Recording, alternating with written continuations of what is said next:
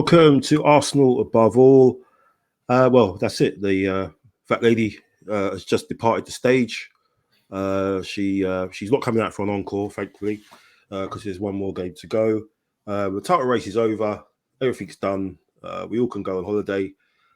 Brian's just come back from a holiday, Brian Haley, but I think he needs to go on another one after the chat we're going to have tonight. Brian, how you doing, my friend? I need to go on a retreat. I'm there, mate. After this, jump in the car, mate. I ain't taking the missus yet, but I'm there. Thanks for coming on again, my friend. Really appreciate it. Obviously, difficult discussion again, but no, we're going to try and have a little context and clarity, obviously, what we've witnessed the last couple of months. So thanks, Brian, for coming on. And I have the man that they call Stepney, Stephen Osakwe. How you doing, my friend? Yeah, I mean, I've had time to process, so let's talk about it. Man, appreciate your time as always, gents. Thanks very much for coming on. So obviously, yes, the dream is over. It's probably, in all honesty, been over for a couple of weeks, but there's confirmation. Obviously, City with their trophy lift today, champions for the 5th time in 6 years. 3 times in a repeat, I should say. So congrats to them. For us, obviously, massive disappointment in terms of, for me personally, the way we've sort of replicated the fall off of last year.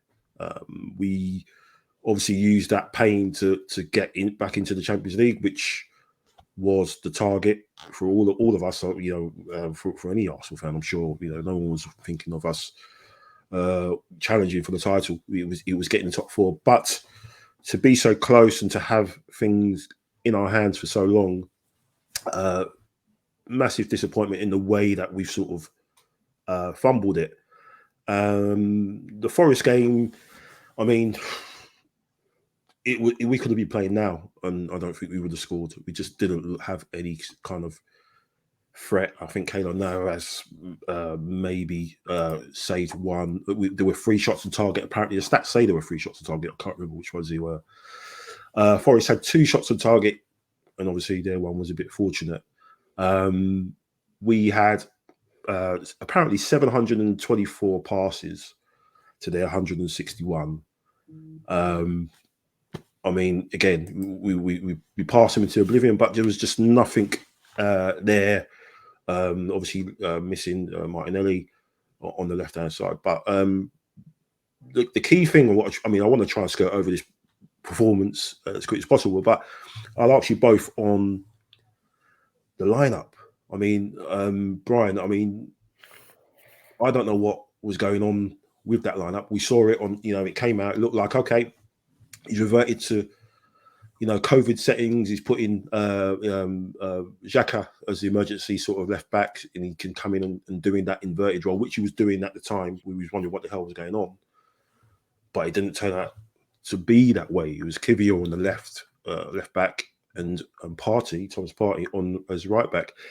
What do you think was behind that? In considering it, we've been waiting for Arteta to maybe make some changes when Saliba came out, to sort of sort out the defensive side of things. We were conceding goals left, right, centre.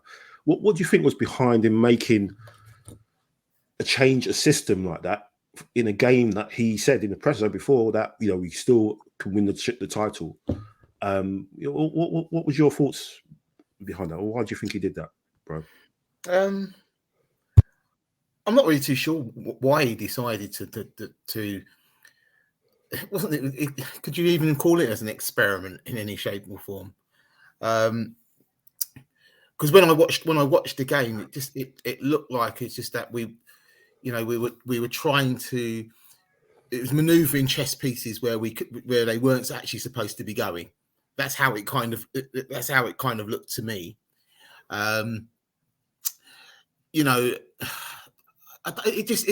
whole thing looked disjointed. It just looked completely disjointed, and we knew what the situation was going to be. Forest were going to be, on the counter attack. They were going to play 5-4-1. We kind of knew that, and it was going to be difficult to break them down. That particular system was never going to necessarily break Forest down. And it baffled me when I watched it, and I because even when the lineup came up, I thought, oh, that might be a 3-4-3 kind of formation he might be looking to play here, and it's like, but then it still kind of didn't really make an awful lot of sense, and it showed.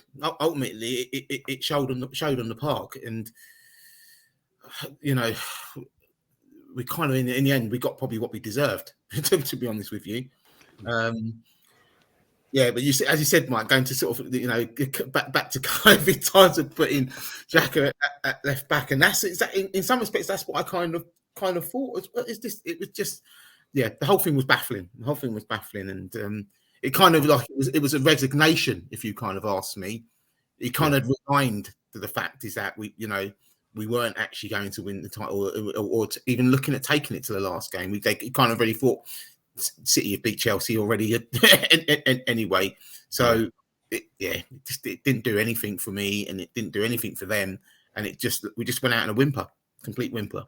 Yeah, 100% agree, Steve. I mean, it was just baffling in terms of him making those sort of changes, and just icing out Tierney again. Obviously he played last game, but he hardly had a touch, and then not to play him again in a game where you're up against a side that we're going to be giving 100%, and we're going to just kind of be direct.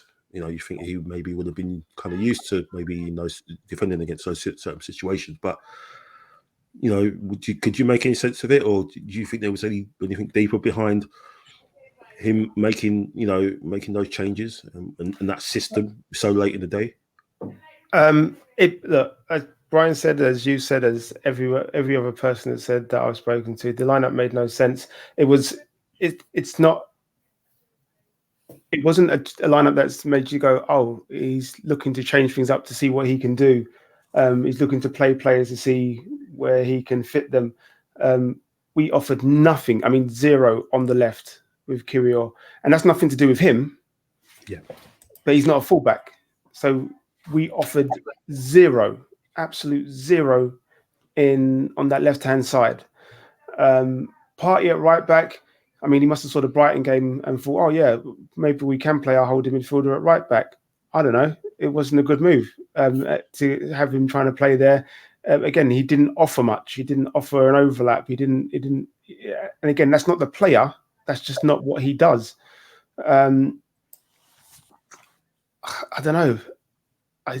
None of it made sense. None of it made sense. And again, with everything that's going down the right-hand side with Saka, is you sort of got to go to him. I need you to just take risks. Okay, I need you to.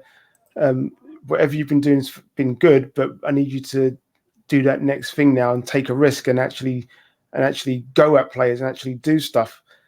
It didn't make any sense, that lineup, and you sort of go, okay, well, I guess you're basically saying these players I'm keeping and these players I'm not. I mean, if you're going to take risks and make changes, you go, we play Nelson, for example. We play Smith Rowe, for example. We give them some minutes. If Tierney's being iced out, which again I don't get, because some people say maybe it's because of his attitude, maybe it's because he's not. You just sort of go, then don't play him at all. Okay, you have that. If you're not happy with him, then you don't play him at all. You can put him on the bench, but again, you just don't play him at all. You don't even bring him on because it's a pointless substitution. The lineup was a huge mistake, and it's not something that we've been used to this season so much, because he usually just plays it safe and sticks with the same sort of players and the same. But it just made no sense, and I don't know, man. It was a big one to get wrong. Yeah, agreed. And touching on your last point, it's kind of a worry for me that it seems like we've kind of seen this movie before, where we've got a manager who has his specific way of playing and values, and he seems to have his favourites as well, which is a worry. Taking point of what happened with Jesus when he came back in, and what happened to Trossard, got frozen out, totally knocked him off his momentum. And ever since he's come back in, he just hasn't looked like that type of player who had the hunger. But when he was coming in, he had that sort of hunger to try and prove a point. It seemed like he was just out of flux. Obviously, what's happened with Tierney, it seems to be, and looks like that's affecting his way of looking at Emile Smith Rowe, and a lot of people are saying, "Oh, he's done. He's looked like he's done," but then you have some press pieces coming out saying, "Oh, well, he's training him up to be the 8, left-sided 8 in Xhaka's role." But then he's hardly had any minutes. So when he has had minutes, he's come on when we're losing games. He didn't even come on yesterday. He put Fabio Vieira on yesterday. And then there's a worry of him actually leaving. Well, people saying that he could be sold.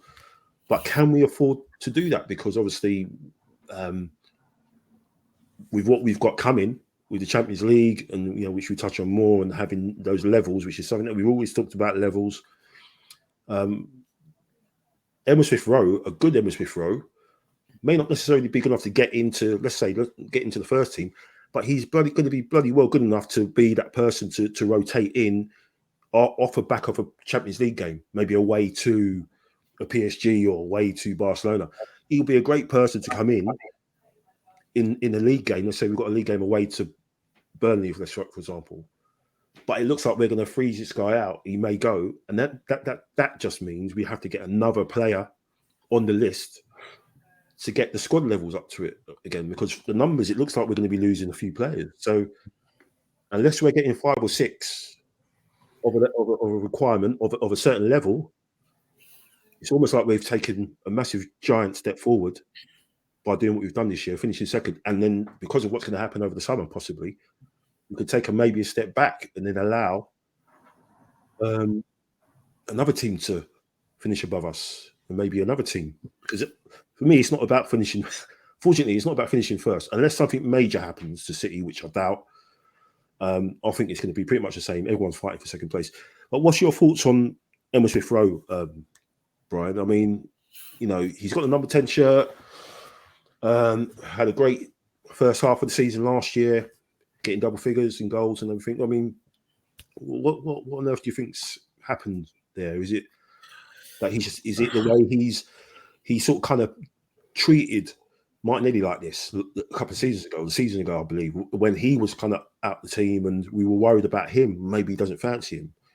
Do you think it's like that, or do you think it's maybe something deeper? Well, I'm a big fan of his, to be honest. My view with him within the squad, it'd be daft to sell him.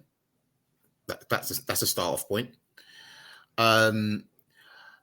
We know the injury issues that Emile Smith Rowe has had, and I think we've kind of mentioned this before with regarding, if he's not fully fit, what's the point of necessarily having him on the bench if he's not fully fit? If you've got a fit Emile Smith Rowe, he comes into games either it's starting on a rotation or he comes off the bench and gives us half an hour. Okay. On the basis of him changing roles, playing as an 8, and if the general more, are we going to get a more physical, demanding, Emile Smith Rowe in that particular type of role, and how is that going to then affect him physically with the injuries that he's generally had anyway? So I'm not entirely buying that aspect at the moment. It's very hard to say at this moment with him. As I said, if it's an injury worries and problems that you're looking at, and they're thinking, right, what we just want to do is get him through a good pre-season, and less the worry of the fact of kind of being in games at this moment in time, and just get the fitness back up that way, but just be around the squad and be a part of it still, and so on. Then you know what? That's what we kind of need to hear. Because at the moment, there's a puzzle at this moment, thinking why is he not in the side? Why is he not getting minutes? Yeah. Why, there's too much of a bit of a puzzle at this moment. Yeah. and that effectively needs to be addressed. The rumor of him leaving is not a good rumor to effectively to have at this moment in time. With that squad that's got, to be fair, has got us to where we are now. What, 8th, 5th, 2nd? You know, and he was a part of that squad. So I think that puzzle needs to be kind of, you know, we need clarity around that, definitely. You agree, Steve, in that regards? Because I mean, he's got the number 10 shirt. You know, he's on the front of the advertising campaign for the new shirt. He's there with Ben White, Ramsdale, and Saka on the throne. It's almost reminiscent of the old British core, where we had the wrap around the stadium with the yellow kit. You worried that it's gonna fall apart. You know, obviously teams are sniffing around him. Apparently, Unai is looking at him possibly. But do you think, like, along with Brian, it's we need some sort of communication or something to say what his future is, because obviously we've invested so much into him. He's a key, one of the key jewels from the Hale End academy, and again, I keep saying it's got the number 10 shirt. They gave him number 10 shirt. They gave him a contract and boosted him. And do you think it's something maybe behind the scenes that we're not aware of, not privy to? Yeah, I mean, look, Arteta's not one to talk much about those sort of things. So I'll allow it to an extent. And at this stage of the season, when players haven't been performing, I think it's no manager wants to say what's definitely happening with players and stuff like that. But to go back to what you first said, Mike, which was with players being linked out, players like Emile Smith-Rowe, Kieran Tierney, they're either first team players and first team squad players, and if you're letting them go, that means you have to replace them. And I think the Emile Smith-Rowe thing is probably I'm hoping that's going to end up like the Martinelli thing, where it's just going, okay, look, you're not going to play that much, but next season we'll get you under a good pre-season, like Brian said, and then we'll go from there. We can't, as a finisher, as a finisher and a tidy footballer, he's absolutely like that season. Last season when he hit double figures, his finishing was clean. When I mean he's like, he was passing the ball into the back of the net. He's a clean and tidy player. I think he can play the 8. He will need to bulk up a little bit, but I think with that role, he can. It's more the defensive side of things that worries me, not necessarily his physical side. I think he's a strong lad. But yeah, we can't. Like I said, if some people have said, we need 5 or 6 players, I'm there going, we're probably going to need 8, 9, 10 players, because if first team squad players are going out, they need to be replaced. And then you need to get the competition for the places that you still need. So it's all right saying, okay, sell Holding, sell Smith-Rowe, sell Tierney, sell Balogun, and you go, right, that's 4 positions. We've got 2 strikers, we've got Eddie and we've got Jesus, and you can say Trossard plays there, but he's a utility man across the front 3. But we're still going to need a striker. Yeah. Okay? We're still going to need somebody that holds the ball up and somebody that puts the ball in the back of the net. That is evident. So that's one place. You look in midfield, and then you can say, well, Xhaka might go, and you go, okay, well, if Xhaka goes, then you've got players there that can play that position, but you need legs, and you go, okay, Emile Smith-Rowe fits that position. But if talks are correct, and he's going to be sold, or teams are sniffing around him and stuff like that, and he's maybe having his head turned, then you're going to have to replace him. So it'll be interesting to see what happens at the end of the season, when the transfer window opens and the deals start to go through and stuff like that. But for every player that goes out, we then need to replace, and then we still need to get the players that we need to make our squad a full 25-person man squad, whatever it may be, in order for us to challenge on 4 fronts and to have another go at City. I mean, City at the moment are untouchable. they're only going to get stronger next season, but everybody else is going to get stronger next season. I believe that we're going to get stronger next season, but the board need to back it. They need to just go, yes, make as much money you can from sales. So who's not staying, and then everything else we're gonna back you to the hills. We'll look at free transfers. We'll look at our scouting network. But I said it's pointless getting rid of players like Tierney and Smith Rowe when you can just manage their minutes better. Yeah, because that's the worrying thing. We've all kind of said that he needs to trust his squad, and if he believes, Arteta believes that he's only got 13, 14 players that he can kind of trust to play in that system. Obviously, he's already said, he said in I think in the presser afterwards where he's or before, I can't remember, but he mentioned he needs 24 players to be able to trust and perform and be able to have that level of performance or output when they're called upon. So you're right, Steve, you've hit nail on the head. If he believes he's got 13, 14, 15 players that he can trust to do what he wants to do, and obviously do the numbers, how many more does he need to do to be able to rotate? Because I'm telling you now, if he what we're going to be going towards with the Champions League, he's going to have to rotate, or this burnout is going to happen a lot sooner than it has been over the last. We've sort of got to March, April, late March, April. We've had this sort of fall off. It's going to happen a lot earlier if we get through to the knockout stage of the Champions League, and if we don't, and we end up finishing third and fall back into the Europa League, it's going to happen again anyway. So if we don't do that work in the market, and you can see this happening again, really, where he's got this. He's obviously had this adage of if it's not broke, you don't need to fix it, you don't need to tinker. When maybe looking back on a cold light day, he could have maybe taken one player out, just the one, just to refresh it.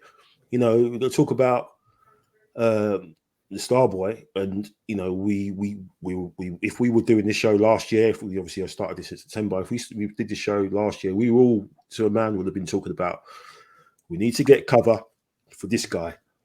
It's vital because we put so much emphasis, we put so much on his shoulders the year before, and to the point where Aaron Ramsdale was saying him, and he's having chats with him and with Smith Rowe, and they were talking about how disappointed they were because they felt the responsibility of missing out on the on the top four was because of them, and he basically told them, don't be so silly, but that was.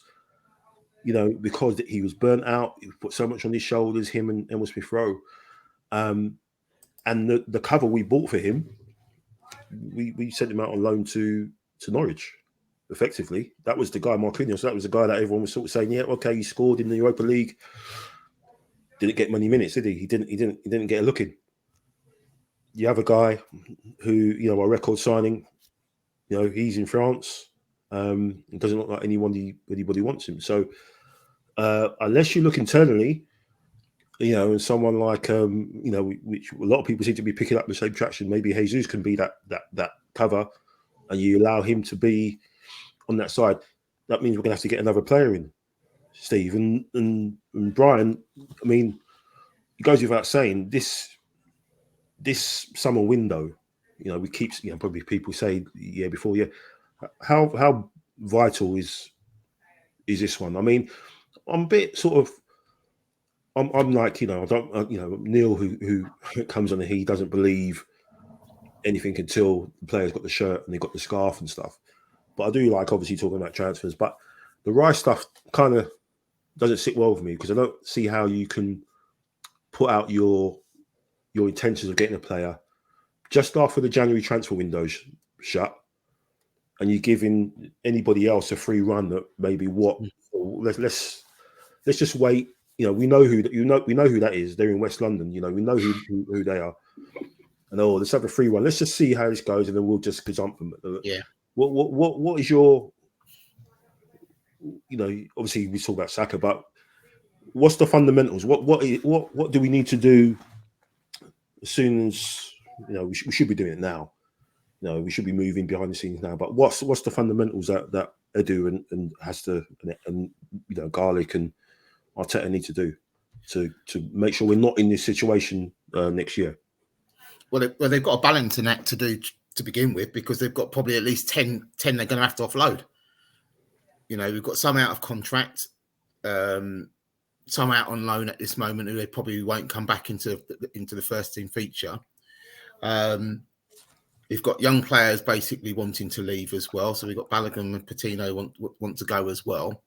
So there's arguably there's 10, possibly 11 that may end up going, and we're going to have to try and replace. I'm not saying we're going to have to replace 10 of them, because some of them probably would have been on the very fringes anyway, but they might have been in and around it. You've got to think that we had a couple more kids basically on the bench yesterday. Yeah. So we're going to think very, very shrewdly over the summer. If we're going to look for big players, we're going to have to pay big money, and that then can literally kind of restrict the amount that we also effectively bring in. And that then, Steve, as you quite rightly said, we go to looking at kind of free transfers. So do we look at the likes of a relegated Leicester who's going to have Tielemans on a free? Do we get someone like him in as well, just as a fact of having a former Premier League player basically as a backup to cover games in and around Champions Leagues? You're right about the Declan Rice situation. Yeah, it doesn't sit right kind of with me at this moment in time. The numbers of 92 million going out there at this moment as an opening bid, knowing that West Ham will probably reject that. Are we going to just go out and just turn around and say, look, here's 105 million, take it or leave it? Or we throw in one or two to go in there, because that was the other thing that I've seen today, that they might be looking at. The fact is that if you throw in one or two to go in with the deal, that might help it slightly. But yeah, it doesn't sit right with me at this moment.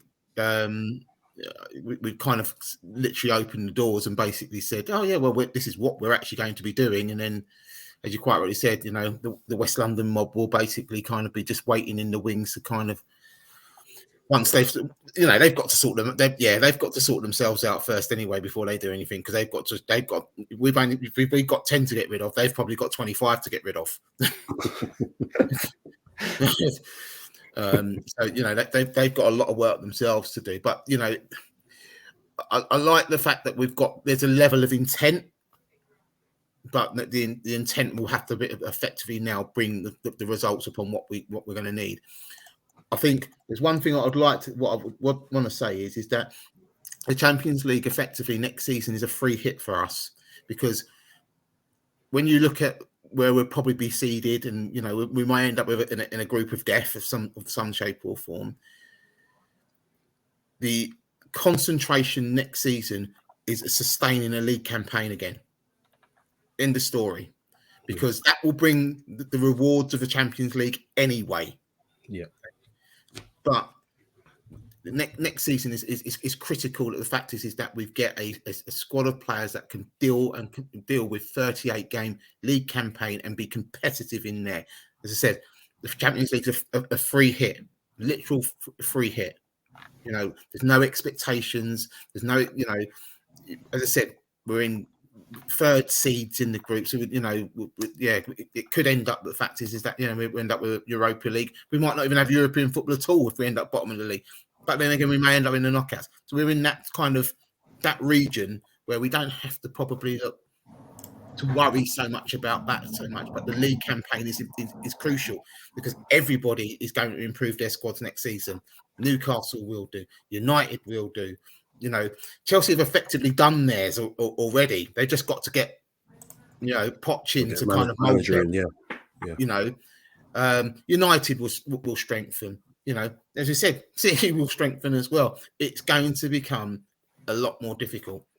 So our league campaign and the right personnel is going to be what we're going to need for next season. Yeah, definitely. It's going to be a dogfight, isn't it, Steve? And that's why it's absolutely vital that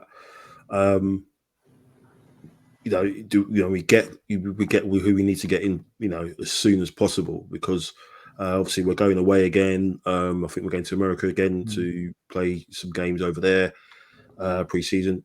You want to get ideally everybody on board, so then you can have the team, the squad gelling together. Obviously, we've got to look at other players as well, like, for example, Saliba. I mean, what's your thoughts on it? Do you think, are you kind of concerned that there seems to be an impasse in terms of his contracts, or do you just think they just wait to see where the land lies, and maybe have some sort of, see who throws some money at him, maybe? Because I think apparently he's asking for quite a bit, 270 I heard, week. But I mean, what's your thoughts on that?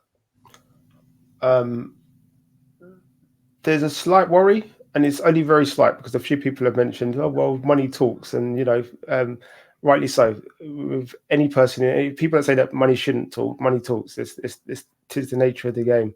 If you work in any industry in the world, if somebody offers you more money, you take more money, because it gives you a better quality of life for the present and for the future.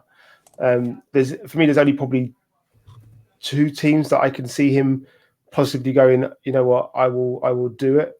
And one is Real Madrid. He's got a couple of young French guys there already, in Camavinga and the other guy, I can't remember his name now. So yeah, Madrid. Yeah, and so yeah, I can see maybe Madrid if they were to bid for him, possibly PSG, just to play with Mbappe, and he knows that he'll go to France and just win the league every year there, and have some good runs in the Champions League and stuff like that. But personally, I can't see it. I just think at the moment you're going to hear a lot of stuff, and it's just agents trying to get their players a better contract. So I'm not too worried about it. But yeah, I mean, I can't see it. I can't see it. I mean, there's going to be a lot of negotiations over the coming weeks for our players' contracts, and it's one of those things where if you want the player, then you pay them what they're worth, and you don't sort of save around it sort of thing, but you tie them down to a long enough contract that is not going to be a problem for a few years. And I think that's what we will try and do with players like him, and just say, well, look, the project is there, the plan is there. You've seen how the fans reacted to you when you scored an own goal at the beginning of the season, and the fans chanted your name, and you've got a song, and you wanted to prove to the fans this is the type of player you are. Well, prove to the fans what type of player you really are, and see us out. So I think we've got a couple more years of his services at least. And if we can progress and continue to progress the way we have, then it will be longer. I don't think in the short term there's no need for him to leave. Yeah, I think if he's advised pretty well, he knows. You probably say, look, you can another three seasons here at least. Playing week in, week out. Places like Barcelona, Real Madrid, Bayern, PSG, they're still going to want you. City, let's say, they're still going to want you in that sort of time if you want to move. If you're still performing, obviously. It's just going to be interesting to see the back situation. Obviously, they said he doesn't need surgery, so I don't know whether that's an issue. And yeah, it's kind of a little bit of concern, because again, as you mentioned earlier, Steve, if he goes, that's another player we have to look to replace, and that's more, how much you're looking to replace him in today's market. I mean, we're talking about the guy from RB Leipzig, Sickerman, I think he plays right back and centre back as well, but he's right-sided centre back. So maybe that's what they're feeling. Put the feelers out. Maybe he's a possible replacement, because someone like him who's enabled us to play this high press at the first part of the season, and has been such a fundamental key, like Zinchenko. Why would you not want to let him go? Such a key component to to the team. So yeah, it's going to be interesting. I think the outgoings are going to be interesting, but yeah, the ones that we maintain are going to be just as fascinating to see. I think people like Rob Holding will I think that's probably the end for him. Obviously, I think Tierney to Newcastle is a given. And people talk about Fabio Vieira, does he go out on loan or whatever? But yeah, it's going to be interesting. But talking of the Champions League, Brian, just bringing something up. Apparently, Juventus are going to be possibly deducted 12 points because there's still some stuff that's stuck to them, some smelly stuff that they've stepped in, and apparently, if they get deducted 12 points, that means Arsenal will, instead of going in the likely pot 3, they will go into pot 2 most likely, and all that means is they will face one of the champions of obviously they won't face City, but it could be Barcelona, possibly Dortmund if they win the league, Napoli, Feyenoord, obviously PSG, and Portugal. That could be Benfica, and then obviously the rest as it goes. So so it all depends on if Inter win the Champions League, Inter will go into pot 1 and Benfica into pot 2. If City win the Champions League, Benfica will go to pot 1 and Inter finishing the top 4 puts him in pot 2. So in both situations, Arsenal should enter the pot 2 as the 8th place team in the rankings. But it is still up in the air. But that's if Juventus finish second and get deducted 12 points. Sorry. So that kind of tilts a little bit in our favour of us possibly progressing to the knockout stages. And again, how vital it is for us to get our house in order and get those bodies in to increase the depth and the quality. It's not just getting obviously bodies for the sake of it. It's getting quality, and it's getting like Steve said, maybe last year I think we were all looking. A lot of us were saying, "Yeah, let's get Tielemans in," but he's had a really poor season with Leicester, and people were sort of saying, like myself, saying, "Well, no, leave him alone." But someone like him on the free would be, Premier League proven to come in again, like I said, off of back of a tough Champions League game away from home or at home, to keep that level up maybe in the Premier League. I mean, no one said we were going to be in a sort of title race. And I think we can sort of safely say now we're not going to be anywhere close to winning the Champions League. But then you look at the other side of the draw this season with Inter and Inter Milan and AC Milan. So I'll go back to you, Brian. How optimistic are you for the season ahead that's to come off the back of what we've kind of gone through this week? With some of the things that Arteta has said as well, I think this is the first time we've heard him go at the players, especially after Brighton. And he said some things again after the presser yesterday, more bringing it back onto himself. It's my responsibility that we haven't scored many goals. It's my responsibility because of it. So he's bringing it back on himself a little bit. Are you kind of concerned that there's a lot of things he needs to sort of mend? The trust of the squad, some of the players that he's frozen out, he may have to turn around next season and get some of these players back on side because we may not be able to get rid of them, and he may just have to end up using them because of the demands of next season. Well, how optimistic are you for what's ahead? Do you think we push on? And if we do push on, what do you think that looks like? What does that look like for you? I'm generally optimistic. I think, as I said earlier, I think when we think where we've come from 8th to 5th to 2nd, you ultimately you just ask yourself, the only place is you're still going upwards, isn't it? But that again, we've touched on it numerous times already.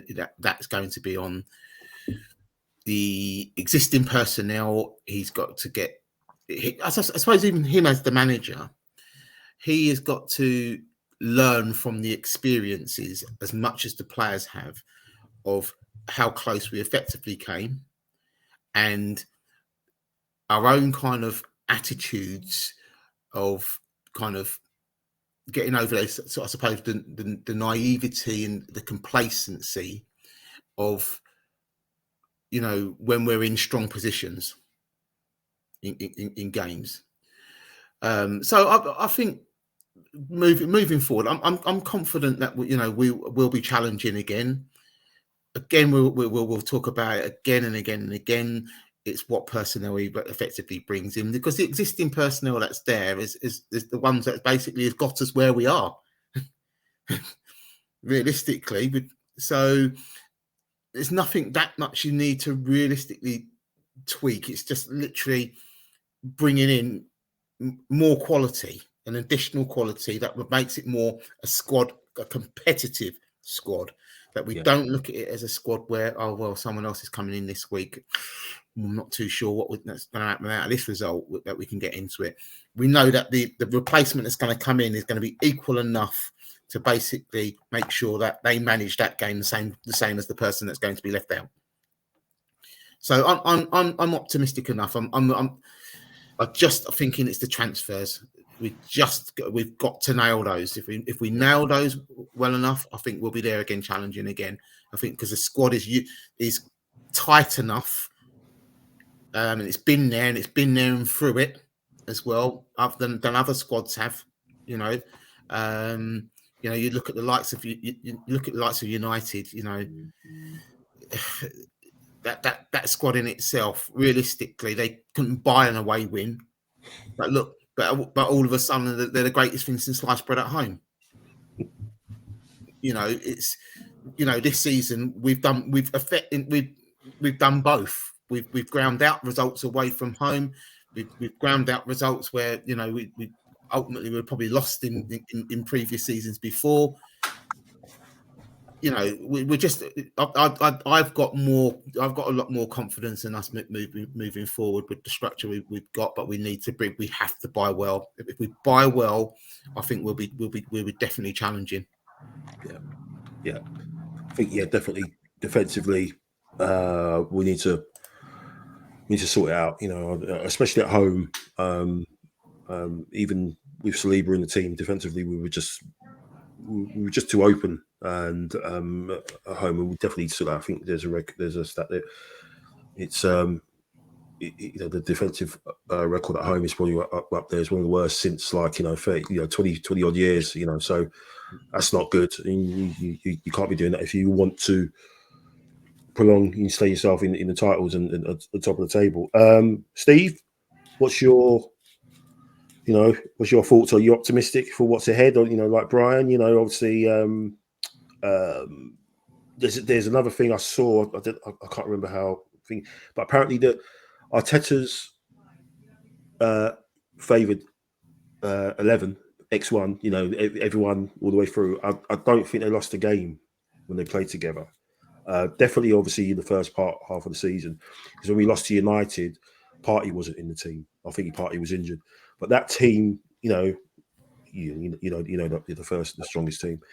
I don't think they lost the game. And obviously, then when Saliba came back, when Jesus came back, Saliba got injured and stuff like that. So correct me if I'm wrong, but so maybe so in the comments world. But on that basis, as Brian said, it's all about it's squad building now. People have made mention of City and their bench today, the players that they've rested, and again, people are throwing up all sorts of things about look, since the last 5 years, since Pep's been there, the net spend and everything like that. But we know what's they've been accused of. But it's all about squad building now. Isn't it? As Brian said, it's about getting those players in to support the players. Because for me, there's this talk about but this talk about Saka, and again we talked about Saka, and you look at Man City, it's like, you've got Foden, you've got Mahrez, right? And these are guys that would start pretty much every game for most teams in the Premier League, but they don't, because they know the level of player that's coming in is of a top quality, and they kind of know to win anything these days, you need to have a squad. You know, especially what City, that you need to have a squad. So I think gone are the days where a player wants to play 70 games a week or 70 games a season, I should say, because they know that, you know, they're there for the bigger picture. They know for, you know, the whole the bigger cause. So I think it would be healthy for someone to come in and have a run of games, Saka to come out a couple of games, come on as sub, and he still has that freshness. Because look at City. City have done it for the last couple of years by doing that, and that is because they've built their squad up. They haven't just done it overnight; they've done it over a number of years. But are you optimistic? You know, Steve, looking forward. Couple of things there.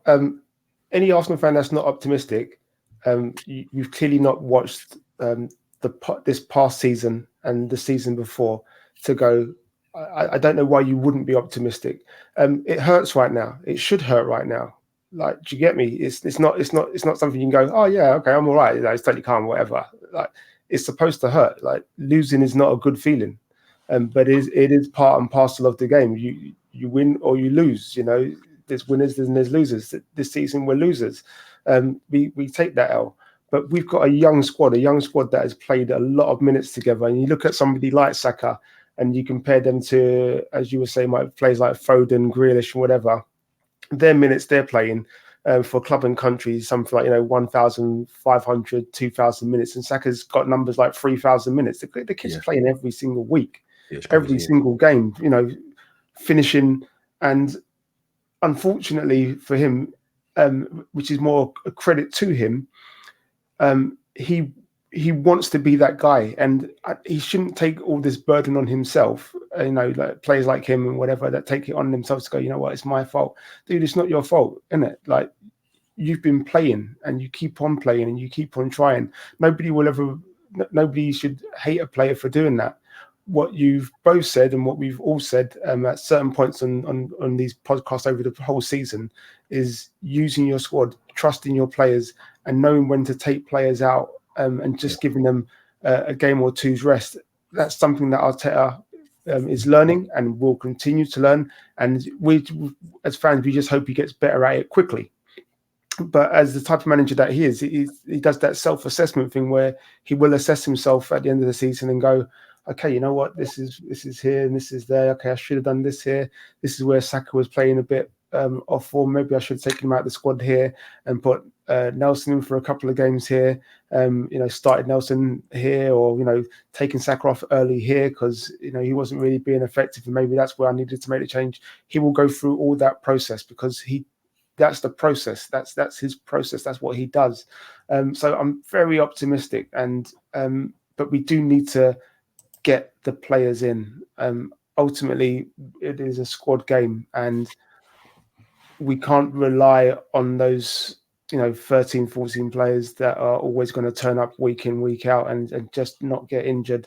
And even if you got players like Saka that don't get injured, you still can't rely on that level always being at its top best. You need to be able to go to them.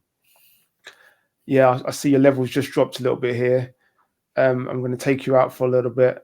But you'll still be in and around the team, and you'll stay on the bench, and I'll bring you on for 10 minutes here, and I'll bring you on for 10 minutes there, and then just slowly introduce you back into that. But if the other guy's playing well, just know that you will be sitting on the bench as well. Like, it's I'm not going to just throw you straight back in there. Yeah. If the other guy's playing well, you're going to have to sit, and it's making sure that players are aware of that process as well. No player should have a given right to start, and Pep does that wonderfully. Sir Alex used to do that a lot with his Man United squads. There'll be times when you'd go, "No, where's Rooney?" and it'll be he's on the bench, and wow, there must be a rift, there must be something. It's just like, no, dude, the guy's off form. Like, do you know what I mean? So Sir Alex has taken him out and done the right thing and just gone, "Kid, you're not playing well. But somebody else deserves a chance, and I've got other important games that you're going to play in. So just deal with it." And you just get them to deal with it. So heavy on the recruitment this year of competition and genuine competition for places, but trusting the whole squad is vital. I mean, whether they're a player that, and again, I'm going to use his name because it came up a lot. in terms of how we press and how far up the pitch we press and stuff like that. People were worried about Rob Holding. I just went, but he's our player, and we have to trust that he's going to be able to do it. No, like I said, no player ever gets on the pitch and goes, "I'm not going to do my best today." Even Xhaka at his worst, it was not him. It was just the way he was being played. Yeah. He gets on the pitch to do his best, but we as fans have that responsibility as well to trust the players that are on there and to give them that bit of support and just go, look, we trust you to do your bit. And Arteta's got to do the same. So if you're bringing somebody in, it's not just a case of, oh, this person's injured, so I've got to bring this person in. It's going, yeah, you know what? I trust you to play the next game because he looks a bit off form. Yeah. And with our recruitment, I was kind of touching it earlier. I'll be very brief with it. It's about complement and how a player complements another. So William Saliba complements Gabriel. That combination, Saliba makes Gabriel look better and vice versa. So when at the beginning of the season when they were playing together, they complemented each other perfectly. Unfortunately, when Gabriel plays with Holding, I think he thinks he has to do a lot more, if you see what I mean. And that comes with an understanding of going, oh, I don't have to do a lot more, but I think he thinks he has to do a lot more because after the World Cup, we were singing his praises, Gabriel. Yeah.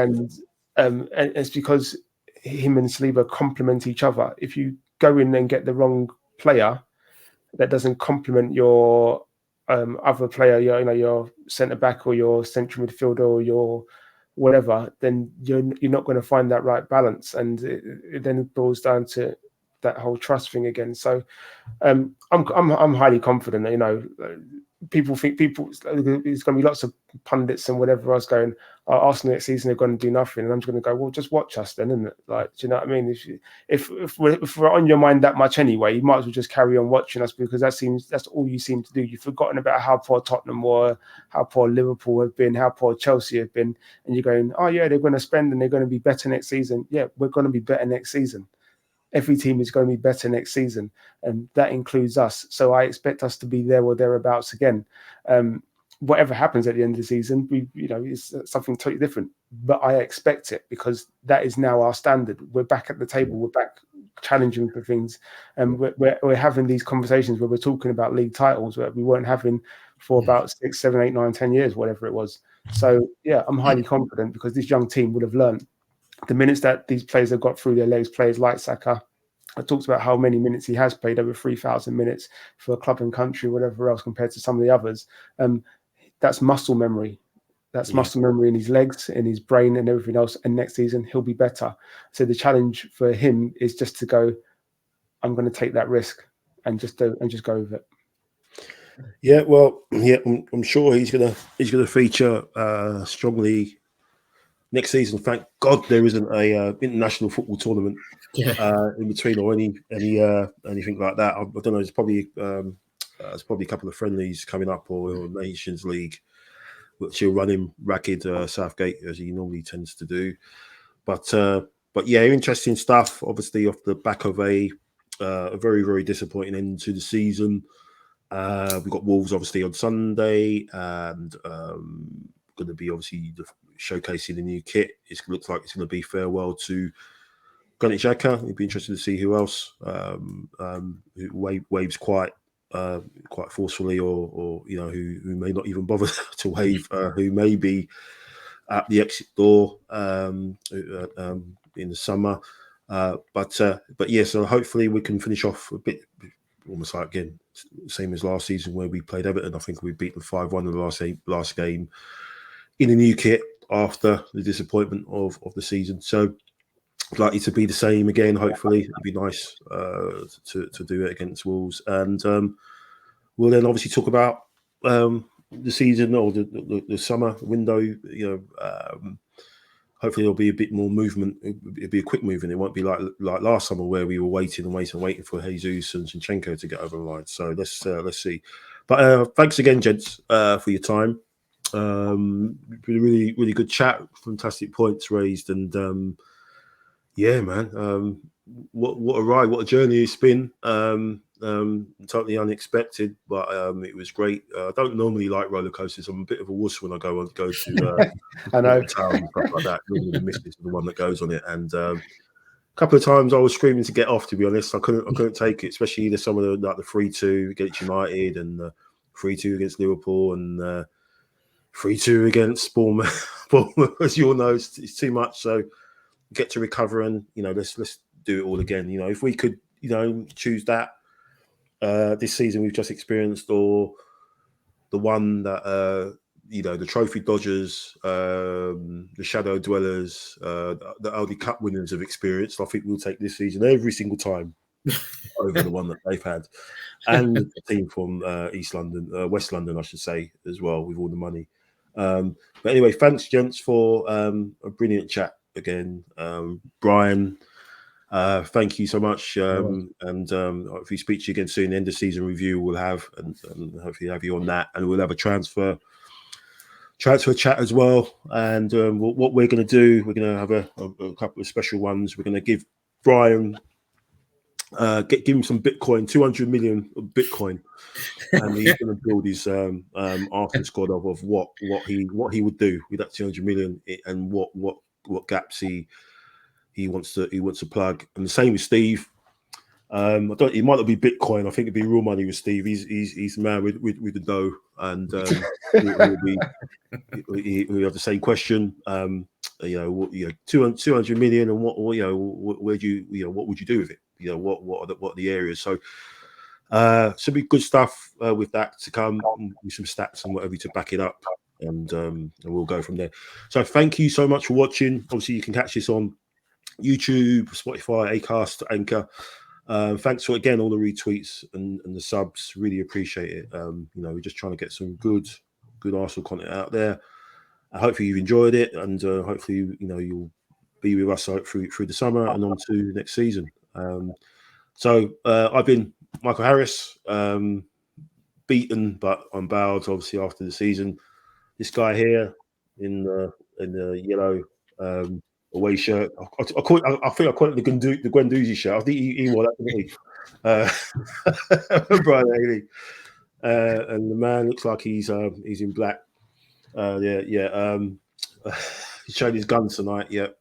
Calm down, ladies. Steve Osakwe. So thanks, gents, and have a nice rest of the weekend, what's left of it, and a good week, and see you soon. Come on, you Reds. Yes, thank you very much.